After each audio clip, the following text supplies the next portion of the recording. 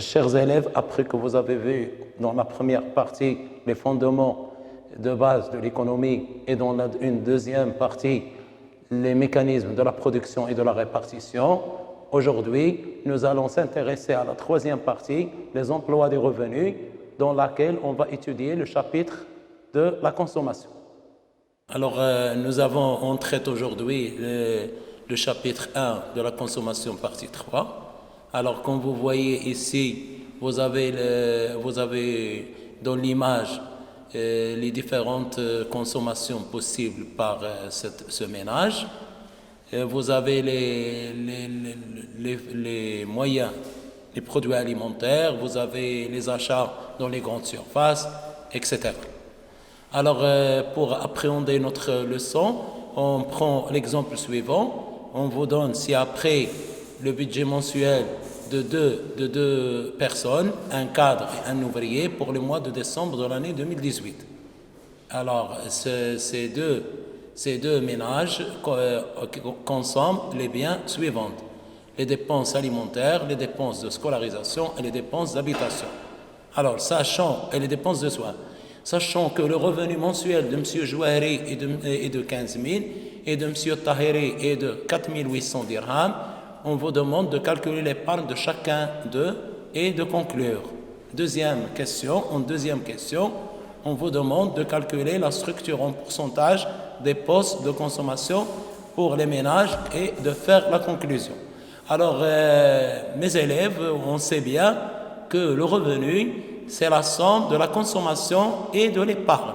Alors, pour dégager et calculer l'épargne, on doit retrancher la consommation du revenu. Donc, épargne, il sera égal au revenu moins la consommation. Alors, pour faire notre solution à la première question, pour le premier ménage, M. Jouahri, il dégage une épargne de 2500 dirhams que vous voyez. Et pour M. Tahiri, il dégage une épargne de 100 dirhams.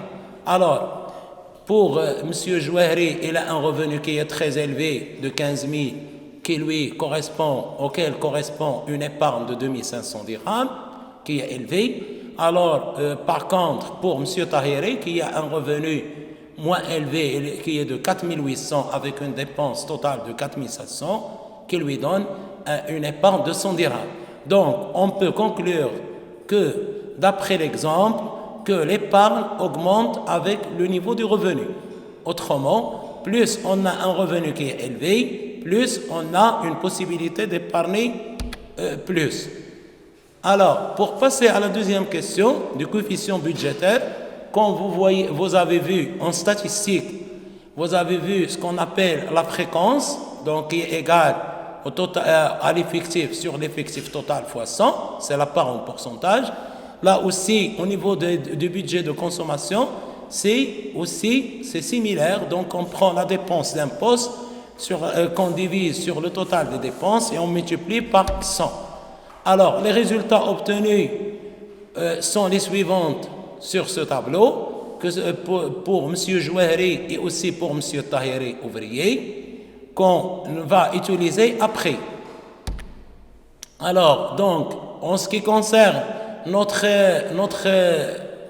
point qu'on doit retenir, alors on va retenir que plus l'épargne augmente avec le niveau du revenu, c'est-à-dire plus le revenu qui est élevé, plus le niveau de l'épargne qui sera aussi élevé avec.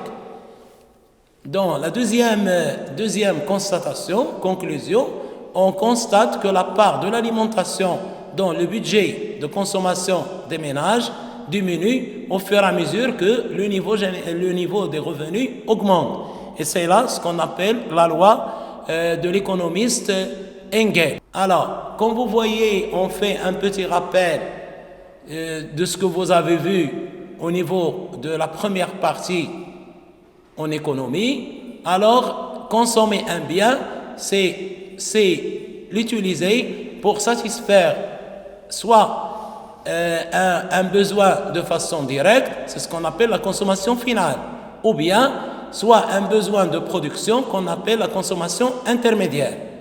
Alors, la consommation, c'est l'opération qui s'accompagne par la destruction, soit immédiate, rapide, du bien qui est consommé, on les appelle les biens non durables, par exemple les produits alimentaires, ou bien de façon lente sur une longue durée, ou bien une durée courte, une moyenne ou longue durée, qu'on appelle les biens durables, par exemple les automobiles, les mobiliers, les machines à laver, tous les biens durables. En ce qui concerne la consommation, comme opération économique de base, elle est la fonction principale des ménages et aussi des administrations publiques. Alors, on passe au premier point, les types de consommation. Alors, comme vous avez vu dans le chapitre sur les biens, on distingue deux types de biens. Là aussi, on va distinguer deux types de consommation, une consommation finale et une consommation intermédiaire. Pour la première, qui est la consommation finale, il cherche à satisfaire de façon directe le besoin et elle est effectuée par les ménages et l'État.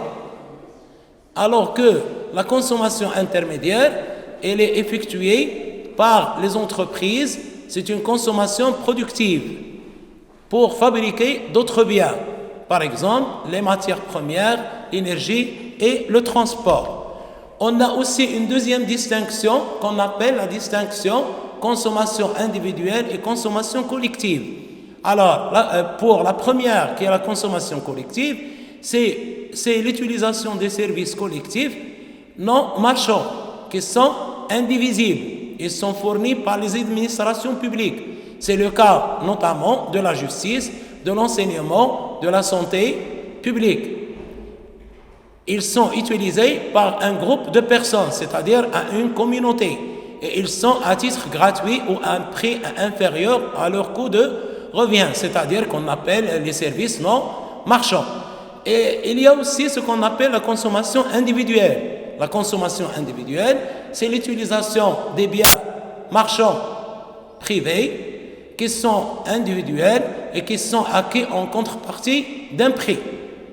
On passe aussi à la consommation intérieure et à la consommation nationale.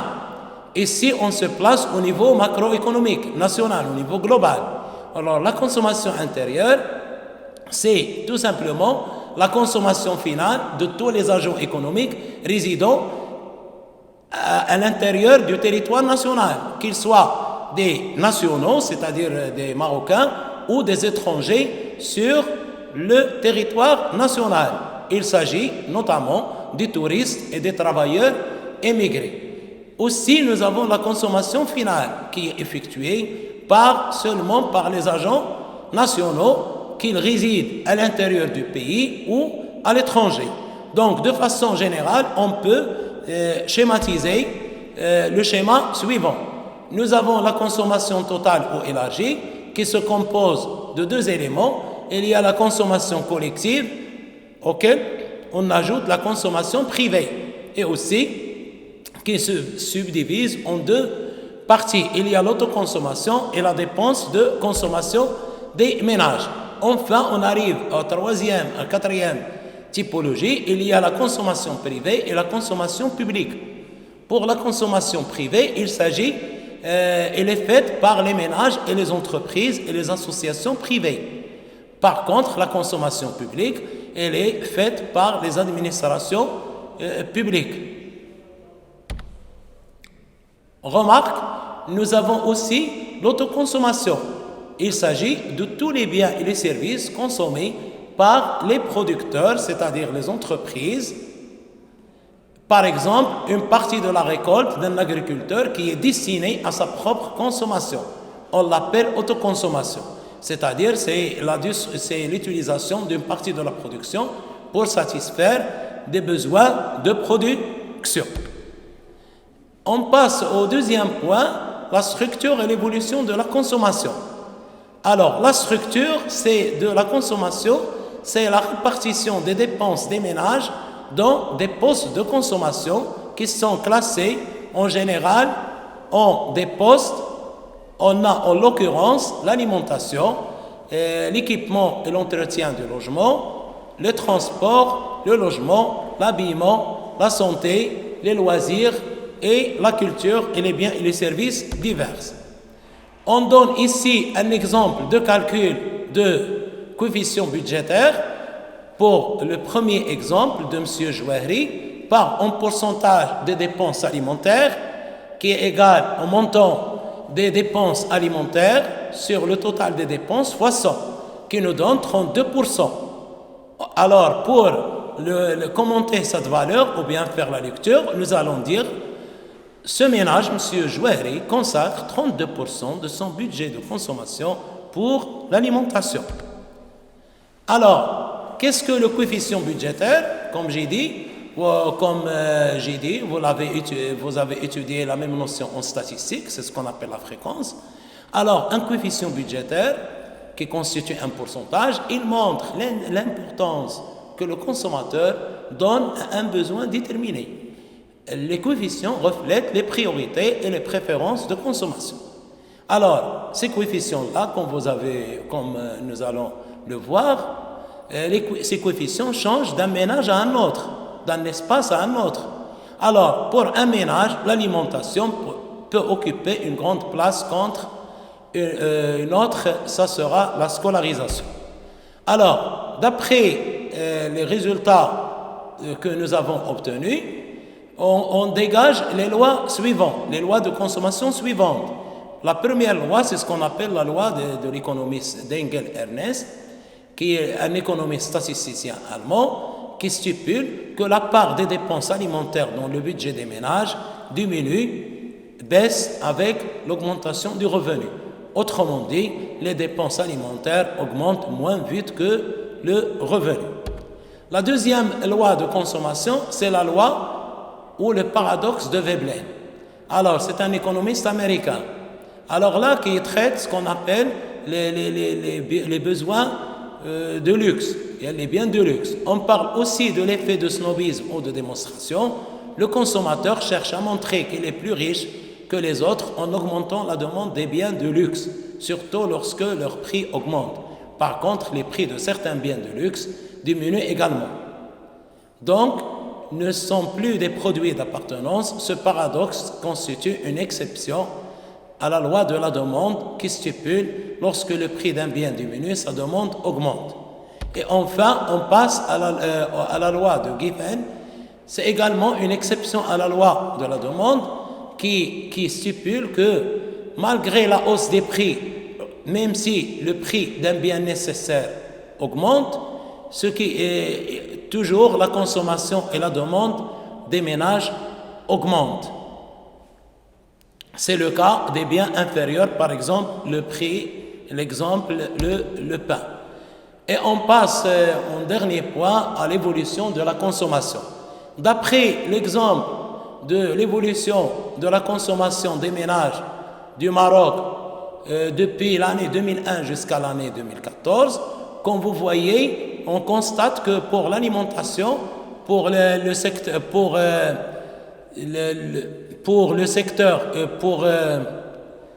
milieu urbain, il est passé de 37,9% en 2001 à 33,3% en 2014. Pour le milieu rural, il est passé de 49,9% en 2001 à 47,3% en 2014. Et pour l'ensemble, c'est-à-dire la consommation au niveau global, il est passé, ce coefficient budgétaire, et il est passé de 41,3% à 37% en 2014. Alors que d'autres postes de consommation, ils ont connu d'autres changements. Alors, la remarque qu'on va dire, la conclusion, on va dire qu'on remarque qu'il y a une baisse de la part de la consommation alimentaire, dans la consommation totale, qui est passée de 41,3% en 2001 à 37% en 2014, soit une diminution de 4,3%.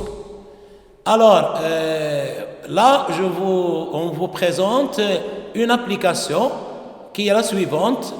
Alors, soit le tableau suivant qui donne la répartition mensuelle d'un ménage par groupe de produits. Là, vous avez les postes, vous avez les dépenses en dirhams, et là, vous avez les coefficients à calculer.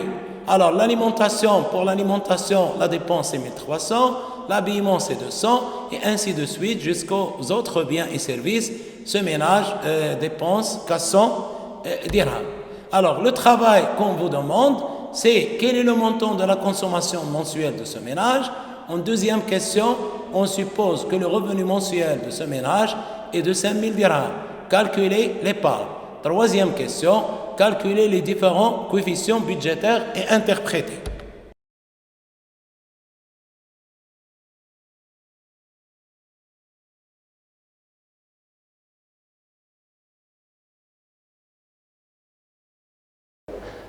Chers élèves, enfin, j'espère que vous avez assimilé le chapitre de la consommation.